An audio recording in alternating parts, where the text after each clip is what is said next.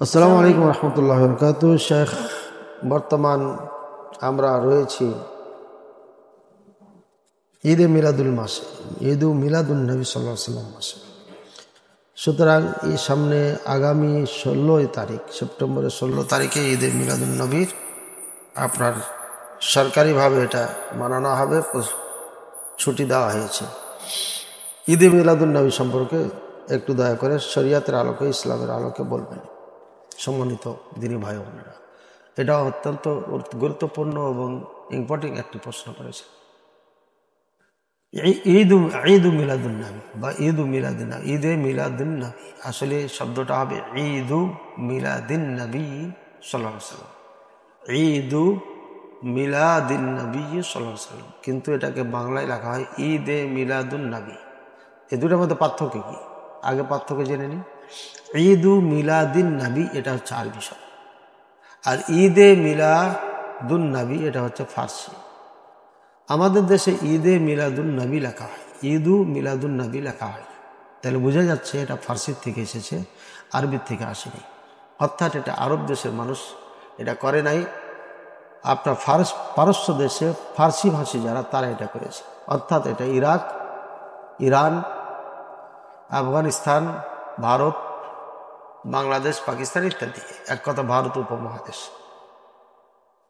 তাহলে এখান থেকে স্পষ্ট বোঝা যাচ্ছে যে আসলে এটা কতটুকু পূর্ণ বা কতটুকু গুরুত্ব রাখে। সর্বপ্রথম জানবো ঈদে মিলাদুন নবী মানে কি। ঈদে মিলাদুন নবী মানে হচ্ছে রাসূলুল্লাহ সাল্লাল্লাহু আলাইহি ওয়াসাল্লামের জন্ম দিবসের আনন্দ। জন্ম দিবসের আনন্দ এটা হওয়া স্বাভাবিক এবং হওয়াটা উচিত, কিন্তু জন্মদিনের আনন্দটা কখন হয়? আমার আপনার ঘরে যদি আল্লাহ সন্তান দান করেন, ছেলে হোক মেয়ে হোক, তাহলে আমরা আনন্দিত হই। কখন হয়? যখন সন্তানটা হয় তখন আনন্দিত। এই আনন্দটা পরে আর 1 বছর পরে থাকে না, 10 বছর, 20 বছর, 1000 বছর পরে যা থাকে না। তারপরও কিছু অজ্ঞতার কারণে কিছু মানুষ এটা পালন করে থাকে, অর্থাৎ বার্থডে পালন করে এবং কেক কাটা পালন করে বিভিন্নভাবে। এটা কোনোদিন কোনো জ্ঞানী মানুষের কাজ হতে পারে না, বিবেকমান মানুষের কাজ হতে পারে না। যে আপনার 5,000, 10,000 টাকা, 20,000 টাকা, আরও বেশি টাকা দিয়ে কেক ক্রয় করে সবকে ডেকে সেদিন বার্থডে পালন করা, এটা কোনো বিবেকমান মানুষের কাজ হতে পারে না। ইসলাম তো পরের কথা। এবার ইসলাম কি বলে এটা আমাদের জানা দরকার। দেখেন, মুহাম্মদ রাসূলুল্লাহ সাল্লাল্লাহু আলাইহি সাল্লাম আপনার জন্মগ্রহণ করেছিলেন, ওনাকে নিয়ে কেউ এই দিবস পালন করে নাই। এখন বলা হয় যে আবুল আহাব বা আবু জাহাল, যেই হোক না, আবুল আহাব সম্ভবত, যে সে এক দাসীকে স্বাধীন করে দিয়েছেন রাসূল সাল্লাল্লাহু আলাইহি ওয়াসাল্লামের জন্ম দিবসের কারণে আনন্দিত হয়। এটা একটা মিথ্যাচার এবং মিথ্যা কথা। এমন ইতিহাস কখনোই আরবে কখনো ঘটেনি যে সন্তান হওয়ার কারণে, একজনের সন্তান হওয়ার কারণে আরেকজন উৎসর্গ করেছে। এটা একটা মিথ্যাচার করা হয়েছে এবং তার ইতিহাস আছে, কোনো এক আলোচনায় আমি বলেছি, আশা করছি। তো যা হোক, রাসূলুল্লাহ সাল্লাল্লাহু আলাইহি ওয়াসাল্লামের জীবদ্দশায় নিজেই বা তার যা আত্মীয় স্বজন ছিলেন তারা কেউ এটা পালন করেনি, ঈদে মিলাদুন নবী পালন করেনি। এরপর আসলে সাহাবায়ে কেরাম তারাও কখনো এটা পালন করেনি। তারপর আছে তাবেঈন কেরাম, 200 শতাব্দী, তারাও পালন করে না। তৃতীয় শতাব্দী, তারাও এটা পালন করেনি। চতুর্থ শতাব্দী, তারাও পালন করে নাই। 7ম শতাব্দীতে এসে এই ঈদে মিলাদুন নবী চালু করে মুজাফফর কাউকাবরি নামে এক বাদশাহ, এবং সে বয়স কম ছিল।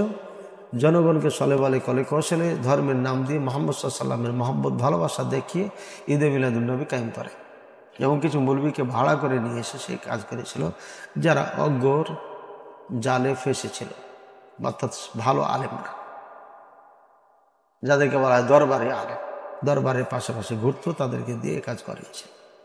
এবং বিরাট বড় খাবার আয়োজন করেছিল তারা।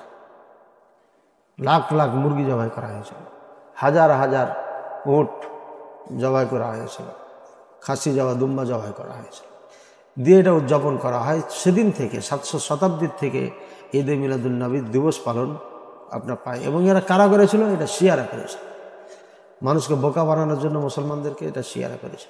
সেই শিয়াদের থেকে ধার করে নিয়ে আমরা আজকে মহাব্বত ভালোবাসা দেখাচ্ছি। এটা ইসলাম কখনো কাম্য না, ইসলামের কখনো এটা কাম্য না, কখনো এটা করে নাই। দ্বিতীয় নম্বর হচ্ছে, ইসলামের ঈদ জন্মদিবস পালন করার কোনো বৈধতা নাই। কোনো দিন কোনো সাহাবায়ে কেরাম সহ কেউ কখনো এটা করে নাই, সুতরাং এটা বৈধতাই নাই। তৃতীয় নম্বর হচ্ছে, রাসূলুল্লাহ সাল্লাল্লাহু আলাইহি ওয়াসাল্লাম জন্ম তারিখ নিয়ে মতনা করেছে। জন্ম তারিখটা সঠিকভাবে আপনার কেউ নির্দিষ্ট করে বলে নেই। তবে 12ই রবিউল আউয়াল এটাকে কিছু কিছু ওলামায়ে কেরাম অগ্রাধিকার দিয়েছেন যে এটাই সঠিক। যদি মেনে নিলাম এটা সঠিক, কিন্তু ইসলামের আলোকে এই দিবস পালন করা, সরকারিভাবে ছুটি দেওয়া একদম জঘন্যতম পাপের কাজ। কেন পাপের কাজ? এখানে ইয়া নবী সালাম আলাইকা বলে টান দেওয়া হয়। রাসূলুল্লাহ সাল্লাল্লাহু আলাইহি ওয়াসাল্লাম তো বসে শুয়ে আছেন মদিনায়, জীবিত আছেন, কবরে হায়াতে বারজাখিয়ার জীবনে আছেন। এটাকে হায়াতে বারজাখিয়া বলা হয়।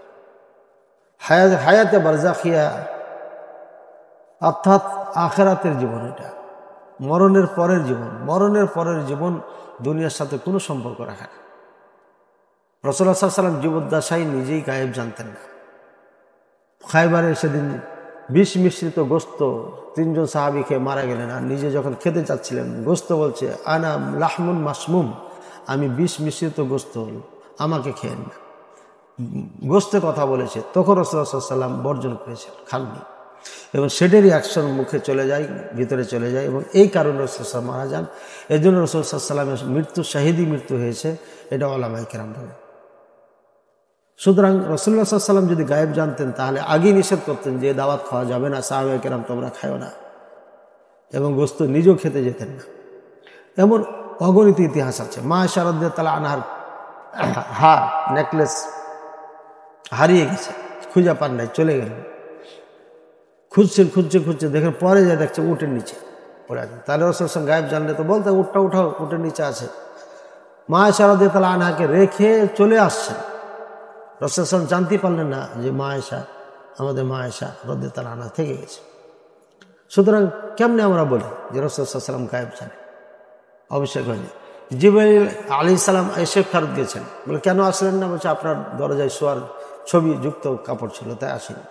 তো রাসূলুল্লাহ সাল্লাল্লাহু আলাইহি ওয়াসাল্লাম গায়েব জানলে তো বলতো জিবরাইল যায় না, আমি এটা সরিয়ে দিচ্ছি। গায়েব জানতেন না। এক না, দুই না, হাজার আপনার এমন ধরনের কাহিনী আছে ইসলামে যে রাসূলুল্লাহ সাল্লাল্লাহু আলাইহি ওয়াসাল্লাম গায়েব জানেন। তো জীবদ্দশায় গায়েব জানতেন না। মরণের পরে আমি ইয়া নবী সালাম আলাইকা বলে ডাক দিলাম, কেমনে জানলেন? বাংলাদেশ থেকে যখন বলি ইয়া নবী সালাম, ইয়া নবী সালাম আলাইকা কাকে বলা হয়? ইয়া আব্দুল্লাহ, হে অমুক, আমরা ডাকি যে অমুক, এর মানে যে শুনে তাকে ডাকি আমরা। তো বাংলাদেশ থেকে আমরা রাসূলুল্লাহ সাল্লাল্লাহু আলাইহি ওয়াসাল্লামকে যখন ইয়া নবী সালাম আলাইকা বলছি, এর মানে রাসূলুল্লাহ সাল্লাল্লাহু আলাইহি ওয়াসাল্লাম শুনেন। আর এই আকীদা যারা পোষণ করবে, এই বিশ্বাস যারা রাখবে, তারা অরিজিনাল মুশরিক, চিরকাল জাহান্নামী, কোনোদিন জান্নাতে যেতে পারে। সুতরাং এই জঘন্যতম পাপ ঈদে মিলাদুন নবীতে করা হয়, যার কারণে ঈদে মিলাদুন নবী শরীয়তের দৃষ্টিতে কোনো বৈধতা নাই এবং এটা করা যাবে না। সালফে সালেহীন থেকে প্রমাণিত নয়, সালফে সালেহীন করে নাই, এজন্য আমরাও এটা করব না। আল্লাহ তাআলা আমাদের সবাইকে সঠিকভাবে কোরআন সুন্নাহ ভিত্তিক চলা এবং আমল করার তৌফিক দান করুন। আমিন। আসসালামু আলাইকুম ওয়া রাহমাতুল্লাহি ওয়া বারাকাতুহু।